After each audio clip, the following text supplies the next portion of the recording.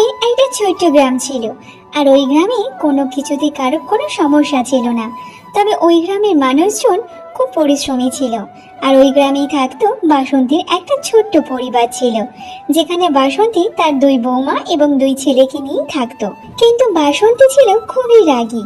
সে তার ছোট বৌমাকে খুব ভালোবাসতো, কিন্তু তার বড় বৌমা সবকিছু কাজে দিনে পারদর্শী ছিল। সে অনেক সাদাসিধে এবং ভদ্র, সব কাজ খুব ভালোভাবে করত। তারপরেও বাসন্তী তার বড় বৌমাকে কোনো না কোনো কারণে সে তার কথা শোনাতেই থাকতো।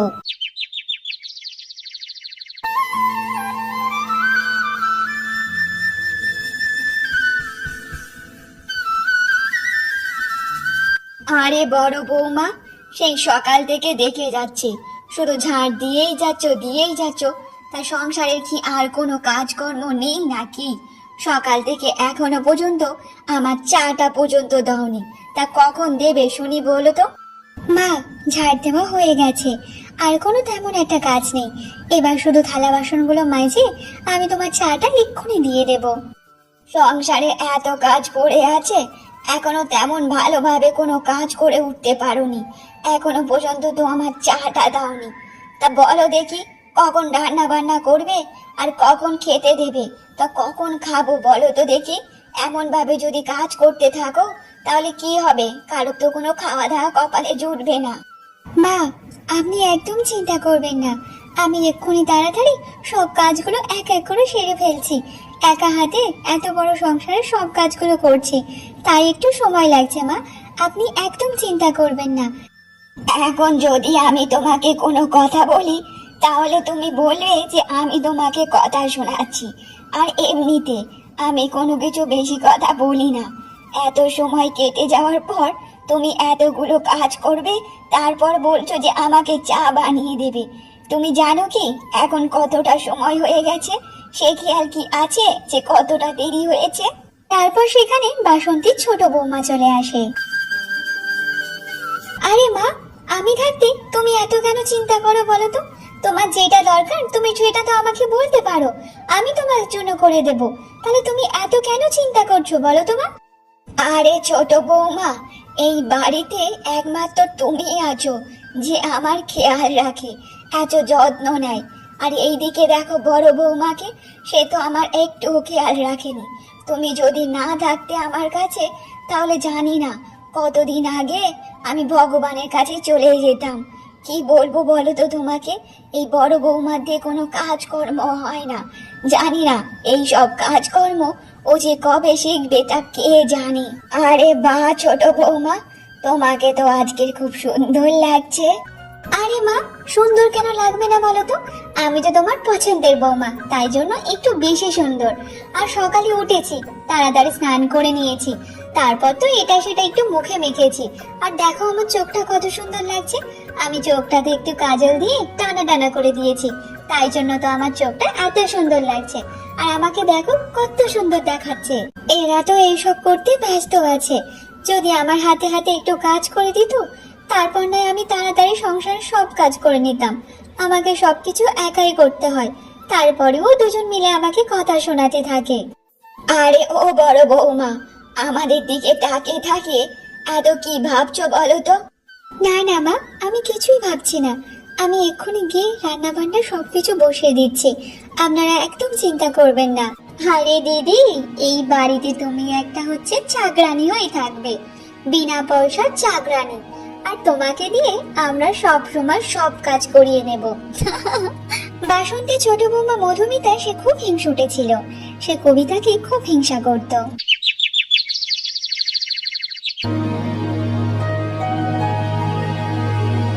দিদি সবসময় ভালো সাজার নাটক করে। আজকে দেখি দিদি কিভাবে এই বাড়িতেই থাকে। মাকে বলে এই বাড়ি ছেড়ে ওকে তাড়াতেই হবে।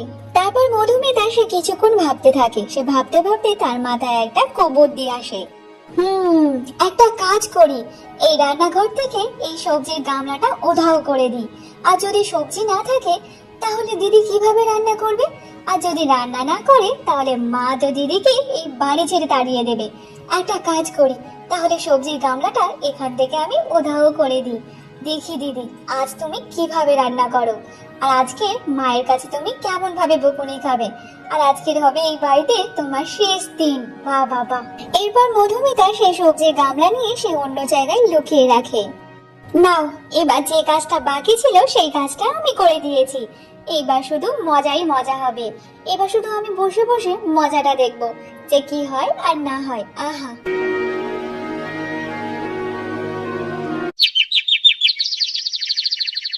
কিছুক্ষণ পর কবিতা সে রান্নাঘরে চলে আসে। তাড়াতাড়ি গিয়ে রান্নাটা বসিয়ে ফেলি, তা না হলে আজকে অনেক দেরি হয়ে গেছে। আর এবার যদি আরো দেরি হয়ে যায় মা যে অনেক বকবে। যাই, তাড়াতাড়ি সবজিগুলো কেটে রান্নাটা চাপিয়ে দিই। তারপর কবিতা সবজি কাটার জন্য সেই সবজিগুলোই খুঁজে পাচ্ছিল না, কারণ সেই সবজিগুলো রান্নাঘরে ছিল না। আরে, আমি তো সবজিগুলো এখানেই রেখেছিলাম, তাহলে সবজিগুলো গেল কোথায়? আর সবজিগুলো শেষ হয়ে গেল, আমি একবারের জন্য বুঝতে পারলাম না। ইস, কত বড় ভুল করে ফেললাম। এবার যদি সবজি না থাকে তাহলে রান্নাটা কি দিয়ে করব? আর এখানে শুধু মাত্র আলু আছে, তাহলে ডাল আলু ভাতে করব? না না, এগুলো করতে পারবো না।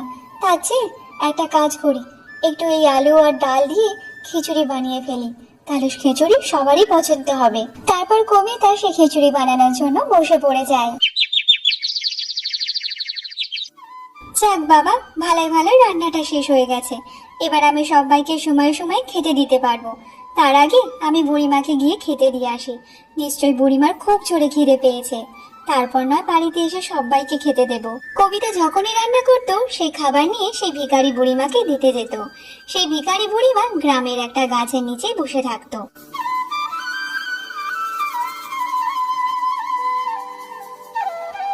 আরে মা, তোর জন্য আমি দুবেলা ভালোভাবে পেট ভরে খেতে পাচ্ছি।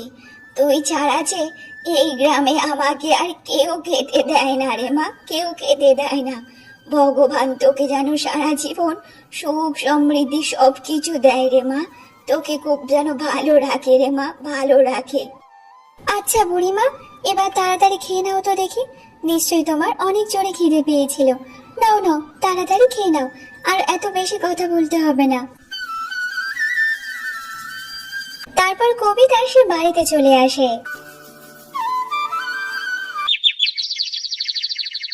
তারপর কবিতা বাড়িতে এসে সবাইকে খেতে দিয়ে দেয়। আরে গিন্নি, আজকের খিচুড়ি বানিয়েছো। খিচুড়িটা খুব সুস্বাদু হয়েছে। অনেকদিন আমরা খিচুড়ি খাইনি, আজকে খিচুড়ি পেয়ে অনেক খুশি লাগছে। হ্যাঁ বৌদি, অনেকদিন হয়ে গেছে আমরা তো কেউ খিচুড়ি খাইনি। আর আজকে তুমি খিচুড়ি বানিয়েছো, খুব ভালোই হয়েছে। কিছুদিন ধরে ভাবছিলাম যে খিচুড়ি খাওয়ার কথাই ভাবছিলাম, আর আজকে দেখো তুমি বানিয়ে ফেললে বৌদি। আর তোমার হাতে রান্না তো কোনো জবাবই হবে না, খুব সুস্বাদু হয়েছে খিচুড়িটা। দেখো, বড় বৌমা যাই করুক আর তাই করুক, কিন্তু বড় বৌমার মতো এত ভালো সুস্বাদু রান্না আর কেউ করতেই পারে না। আরে, এটা কি হয়ে গেল? আমি যেটা ভেবেছি তার ঠিক উল্টোটাই হয়েছে। তার মানে রান্নাঘরে যা যা ছিল সেই দিয়ে আজকে খিচুড়িটা বানিয়েছে। ঠিক আছে দিদি, আজকে নয় তুমি বেঁচে গেলে, কিন্তু একদিন না একদিন তোমাকে এই বাড়ি ছেড়ে তাড়িয়ে দেব। তুমি দেখে নিও। আজকে খেয়ে নাও ভালোভাবে, সবাই আনন্দ করে খেয়ে নাও, তারপর দেখাবো তোমাদের মজা। তোমাকে তো উচিত শিক্ষা দিয়েই ছাড়বো, তুমি দেখে নিও দিদি।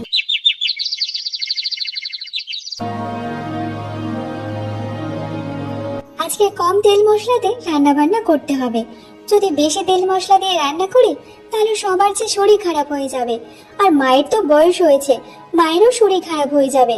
না না, একটু তেল মশলা কম করে দিয়ে রান্না করব, তাহলে সবার শরীর ভালো থাকবে, সুস্থ থাকবে। তারপর মধুমিতা সে তার মাথায় কুবুদ্ধি নিয়ে এসে সে বিড়ালের মতো ডাকতে থাকে, মিয়াও মিয়াও মিয়াও।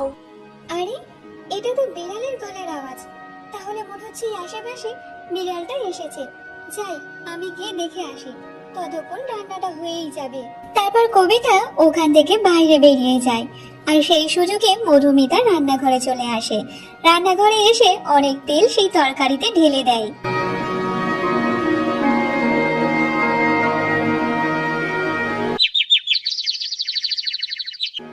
মা, একবার দেখো তোমার বড় বৌমার কাণ্ড। তুমি যে বলো তোমার বড় বৌমার মতো এত সুন্দর খাবার কেউ বানাতে পারে না। দেখো মা দেখো, কত তেল দিয়ে রান্না করছেন একবার দেখে নাও। এত তেল যদি কেউ খায় সবার তো শরীর খারাপ করবে। আরে বড় বৌমা, এটা তুমি কি করছো? এত তেল তুমি একসাথে একটা তরকারিতে ঢেলে দিয়েছো। আমার ছেলেরা কত কষ্ট করে টাকা উপার্জন করে দিচ্ছে, আর তুমি যদি এমন ভাবে নষ্ট করো সবকিছু, তাহলে কিভাবে চলবে বলো তো? 10 দিন রান্নার তেল তুমি একদিনে খরচা করে দিচ্ছ। না মা, আমি তো এত তেল দিইনি মা। দেখো বড় বৌমা, কান খুলে শুনে রাখো, যদি আর কোনোদিন আমি দেখেছি এত তেল দিয়ে তুমি রান্না করছো, তাহলে তোমার সেদিন খবর হয়ে যাবে, বুঝেছো? এমন ভাবে বেশ কিছুদিন কেটে যায়। কবিতা বসে বসে থালা বাসন মাজছিল, আর সেখানে চলে আসে মধুমিতা। আরে দিদি, তুমি এখনো বসে বসে থালা বাসন মাজছো? আমার যে খুব জোরে খিদে পেয়েছে, আর কখন রান্না বান্না বসাবে বলো তো? খিদের জ্বালায় পেটেতে ছোঁচোই ডন মারছে, এখনো কিছুই খাইনি আমি। আর একটু অপেক্ষা কর ছোট, এই আমার থালা বাসনগুলো প্রায় মাজা ঘষা হয়ে গেছে, আর একটু বাকি আছে। এগুলো হয়ে গেলে আমি এক্ষুনি রান্না বসিয়ে দেব, তার মধ্যে তোকে খেতেও দেব, তুই চিন্তা করিস না। না না দিদি, আগে তুমি রান্নাটা বসাবে চলো। আর এই থালা বাসন মাজতে মাজতে আজকের আর রান্নাটাই হবে না। আর এমনিতে আমার খুব জোরে খিদে পেয়েছে, আর এতগুলো থালা বাসন এখন মাজতে হবে না। চলো দিদি, আগে তুমি রান্নাটা বসাবে চলো, তারপর নয় সে এগুলো মাজা ঘষা করবে। আচ্ছা ছোট, তুই একদম চিন্তা করিস না বোন আমার, আমি এক্ষুনি গিয়ে রান্নাটা বসিয়ে দিচ্ছি, তারপর নয় সেই থালা বাসনগুলো মেজে নেব। তারপর কবিতা সে রান্না বসাতে চলে যায়। আমার তো এমনিতেই সব রান্নাগুলো এক এক করে ফেলেছি, শুধু এই তরকারিটা একটু ফুটতে বাকি আছে। যাই, যে থালা বাসনগুলো এখন পড়ে আছে সে একটু থালা বাসনগুলো একটু মেজে নিয়ে আসি, ওগুলো মাজতে মাজতে এদিকে তরকারিটাও হয়ে যাবে আমার। তারপর কবিতা উনানের মধ্যে তরকারি বসিয়ে রেখে সে থালা বাসন মাজতে চলে যায়। কবিতা চলে যাওয়ার সঙ্গে সঙ্গে মধুমিতা সেই সুযোগে রান্নাঘরে আসে, আর সেই তরকারিতে সে অনেকটা নুন মিশিয়ে দিয়ে সেখান থেকেও চলে যায়। এমন ভাবে কিছুক্ষণ কেটে যায়, আর প্রতিদিনের মতো কবিতা ভাত তরকারি নিয়ে সেই বুড়িমাকে দিতে যায়। আরে মা, আর কতদিন এমন ভাবে এই বুড়ি ভিখারিকে খাওয়াবি বলতো? আরে বুড়িমা, এইসব তুমি কি কথা বলছো বলো তো? যতদিন আমি বেঁচে থাকবো আমি ততদিন আমার খাওয়ার আগে তোমাকে খাওয়াবো, আর তোমাকে না খাইয়ে আমি সবাইকে কিভাবে খেতে দেবো বলো তো? জানিস তো মা, ওপরওয়ালা বসে বসে সব কিছুই দেখতে পাচ্ছে, তোর দান পুণ্যের কর্মের সব কিছু দেখতে পাচ্ছে, আর ভগবান তোর পরিবার আর তোকে সব সময় খুশিতে রাখবে। তারপর বুড়িমা খাবার খেয়ে বলতে থাকে, আরে মা কবিতা, এ কি রান্না করেছিস রে মা? তরকারিতে এত নুন কেন দিয়ে দিয়েছিস বলতো? এত নুন দিলে কি কেউ খেতে পারে রে মা? কিন্তু বুড়িমা, এটা কি করে হতে পারে? আমি তো পরিমাণ মতো লবণ দিয়েছি তরকারিতে, তাহলে এটা কি করে সম্ভব যে এত তরকারিতে লবণ কি করে হয়ে গেল? আজকাল রান্না বান্না আমার যে কি হচ্ছে কি বলবো।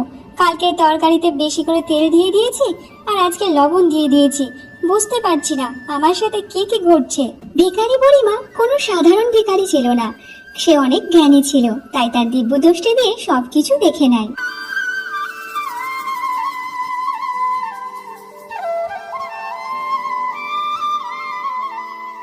শোন মা, এই নে, এই মশলাটা তুই সাথে করে বাড়িতে নিয়ে যা, আর যখন রান্না করবি তখন এক চিলটে করে ওই তরকারিতে দিয়ে দিবি, দেখবি তরকারির স্বাদ অনেক সুন্দর হবে। যা মা, এইটা তুই মশলাটা নিয়ে যা মা, নিয়ে যা। তারপর বুড়িমার দেওয়া মশলা নিয়ে কবিতা বাড়িতে চলে আসে।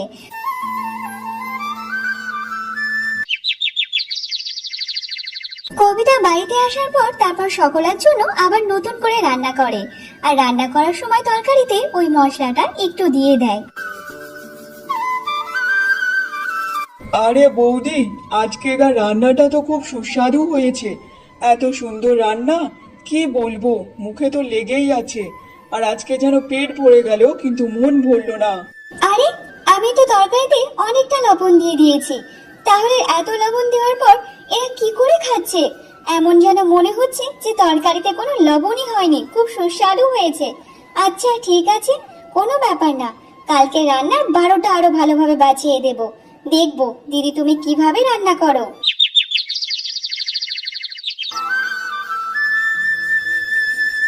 যাক, সব তো কাজকর্ম হয়ে গেছে, এদিকে রান্না বান্নাও শেষ, শুধু তরকারিটা ফুটছে। তার চেয়ে বরং আমি সবার জন্য জায়গা করে ভাতটা বেড়ে আসি, তারপর নয় এসে তরকারিটা ঢেলে নিয়ে যাব। বাহ বাহ বাহ, দিদি এখন রান্নাঘরে নেই, এই তো আমার কাছে বড় সুযোগ এসেছে। এইবার আমি তরকারিতে ঝাল মিশিয়ে দেব, দেখবো এবার সবাই কি করে ঝাল তরকারি খায়।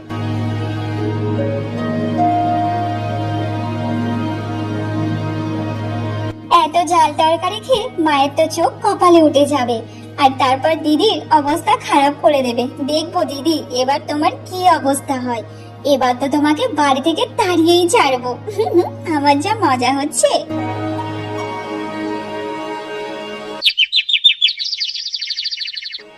বাহ, তরকারি তো হয়ে এসেছে, এবার যে নামাবো। আর তরকারি থেকে কত সুন্দর সুগন্ধ বেরোচ্ছে। আর বড়িমার দেওয়ার মশলাটা একটুখানি দিয়ে দিই, তাহলে তো আরো সুস্বাদু হয়ে যাবে। আচ্ছা, এই ব্যাপার তাহলে। আমি যতবার খাবার নষ্ট করি ততবার কেন এত সবাই সুস্বাদু বলে? তাহলে এই মশলার মধ্যে সব জাদু শক্তি আছে। তাই তো ভাবি দিদির হাতে রান্না এতটা সুস্বাদু কিভাবে হচ্ছে। ঠিক আছে, কালও আমি এই মশলা দিয়ে আমিও রান্না করব, তাহলে সবাইও আমার প্রশংসা করবে। তারপর কবিতা সবাইকে খেতে দেয়। আরে বড় বৌমা, দিনকে দিন তোমার খাবার তো খুবই সুস্বাদু হচ্ছে মা। তবে আমি এটাই বলবো, যাই বলি আর তাই বলি, কিন্তু বড় বৌমার আগে এত সুন্দর খাবার আর কেউ বানাতেই পারে না। হ্যাঁ মা, তুমি ঠিকই বলেছো। তোমার বড় বৌমার হাতের রান্না দিনকে দিন তো খুব সুস্বাদু হয়ে যাচ্ছে। তা গিন্নি, বাজারে কি কোনো নতুন মশলা এসেছে নাকি, যার কারণে এত সুস্বাদু বানাচ্ছো খাবার? আরে দিদি এমন কি খাবার বানিয়েছে যার প্রশংসা তোমরা এমন ভাবে করছো যে আঙুল চেটেই খাচ্ছ? প্রত্যেকদিন যেমন ভাবে রান্না করে আজও তো তেমন ভাবেই রান্না করেছে, তাহলে এত প্রশংসা করার কি আছে? যদি তোমরা আমাকে সুযোগ দাও তাহলে এর থেকেও ভালো সুস্বাদু খাবার আমিও রান্না করতে পারি। একবার আমাকে সুযোগ দিয়েই দেখো না। আরে ছোট বৌমা, তুমি এটা ঠিকই বলেছো মা। ঠিক আছে, আমিও দেখতে চাই মা তোমার হাতের রান্না কেমন সুস্বাদু। আমিও খেতে চাই তোমার হাতের রান্না। ঠিক আছে বড় বৌমা, কাল তুমি সকালে রান্না করবে না, কাল ছোট বৌমা রান্না করবে, বুঝেছো? ঠিক আছে মা, কালকে সকালে ছোট রান্না করবে আর আমি সবকিছু জোগাড় করে দেব। পরের দিন সকাল থেকে মধুমিতা রান্নার কাছে লেগে পড়ে যায়। আরে বাপরে বাপ, রান্না করা যে এত কঠিন কাজ কি বলবো রে বাবা। এই সব সবজিগুলো কাটতে কাটতে আমি তো পুরো হাঁপিয়েই গেছি। জানি না এই সবজিগুলো কখন কাটা শেষ হয়ে যাবে। এইগুলো তাড়াতাড়ি কেটে নিয়ে আবার রান্নাটা যে বসাতে হবে। আমিও দিদিকে দেখিয়ে দেব আমি দিদির থেকে ভালো সুস্বাদু রান্না করতে পারি। বাড়ির সবাইকে দেখিয়ে দেব আমি দিদির থেকে ভালো রান্না করতে পারি। কিন্তু রান্না যেমনই করি না কেন, তবে ওই মশলাটা তরকারিতে একটু দিলেই তো তরকারি আমনা আমনি স্বাদ চলে আসবে। চাই বাবা, এবার গিয়ে আমি তরকারিটা বসিয়ে ফেলি। এমনিতে দিদি রান্না তো ভালো করতে পারে, আর মশলা ছাড়া দিদি তো খুব সুস্বাদু তরকারি বানায়। আর আমি তো রান্নাই পারি না। তার চেয়ে একটা কাজ করি, এই তরকারিতে একটা চামচের জায়গায় আমি 10-12 চামচ ওই মশলাটা দিয়ে দিই, আর ওই জাদুই মশলার সাহায্যে আমার তরকারি তো আরো সুন্দর সুস্বাদু হবে। তারপর মধুমিতা ওই জাদুই মশলা নিয়ে সবটা সেই তরকারিতে দিয়ে দেয়। আজকে সবাই আমার হাতে রান্না খেয়ে এত প্রশংসা করবে যে আমাকে মাথায় করে রাখবে। আমার যে আনন্দ হচ্ছে দিদি, এবার দেখবো তোমার রান্নার সাথে আমার রান্না কেমনই হয়।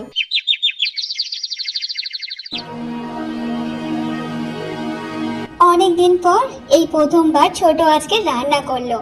আজকের এই ছোটর হাতের রান্না আমি অনেক মজা করে খাবো।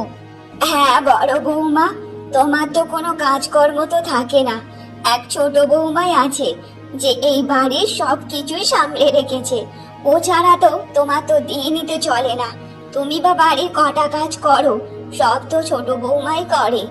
মা, তুমি সবসময় কবিতাকে এমন ভাবে কেন কথা শোনাও? আর কবিতা তো এই সংসারের পুরোটাই তো ও সামলে রেখেছে। ও সবসময় এই সংসারের ভালো চায়, আর তুমি সবসময় কবিতাকে উল্টো পাল্টা কথা শুনিয়ে অপমান করতে থাকো। দেখ বড় খোকা, আর বেশি কথা বলিস না তো।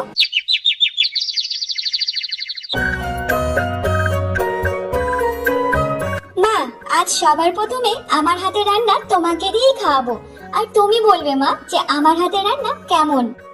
আরে ছোট বৌমা, তুমি অত চিন্তা করো না তো মা। তোমার হাতে রান্না সবার প্রথমে আমিই খাবো। আমি দেখবো আমার ছোট বৌমার হাতে রান্না কেমন। তারপর বাসন্তী খাবার খেয়ে বলতে থাকে, আরে বাবা, এ কি রান্না করেছো তুমি ছোট বৌমা? বাবারে বাবারে, আমার যে শরীর জ্বলে যাচ্ছে, আমার যে গাল মুখ সব তো জ্বলে যাচ্ছে। তরকারির এত জাল কি করে হলো? ওরে বাবারে, এই ভগবান, আমার রক্ষা করো, রক্ষা করো। এ কি জাল তরকারি খাওয়ালো আমার। বাবারে, এত ঝাল কি করে আসলো? এই জাদুই মশলা তো আমার পুরোটাই সর্বনাশ করে দিল। বাবারে, কি ঝাল, একদম চোখ মুখ থেকে শুরু করে আমার শরীরটা জ্বলে যাচ্ছে। বাবারে, কেউ বাঁচা রে, কেউ বাঁচাও আমার। এতটা কেন তরকারি ঝাল হলো বুঝতেই তো পারছি না। ও বাবা, কি ঝাল। আরে ছোট বৌমা, এত নাটক কেন তুমি করছো? আর এই তরকারিতে এত ঝাল কেন দিয়েছো তুমি? এই ঝাল দিয়ে কি আমাকে মারতে চেয়েছিলে নাকি? এত ঝাল কি মানুষে খায় নাকি? তুমি কি তরকারি বানিয়েছো? তুমি এই মুহূর্তে এই বাড়ি ছেড়ে চলে যাও। আমি কি ভেবেছিলাম আর কি হয়েছে, তোমাকে আর এই বাড়িতে থাকতে দেবো না, বুঝতে পেরেছো? হে ভগবান, এদের সবাইকে তুমি সত্যিটা চোখ খুলে দেখিয়ে দিয়েছো। সব সময় সত্যেরই জয় হয়। আর তুমি যে আমার পাশে থেকে আমাকে সাহায্য করছো, এটাই আমার অনেক। বুড়িমা, তোমার জয় হোক। বুড়িমা, তোমার জয় হোক। তুমি যে আমাকে এত বড় সাহায্য করেছো, আমি কখনো বলতে পারবো না বুড়িমা। মানুষ যেমন কর্ম করবে তার ঠিক ফল তেমনই পাবে। তাই কর্ম থেকে কেউ রক্ষা পায় না, যে যার কর্মে তেমন ফল পাবে।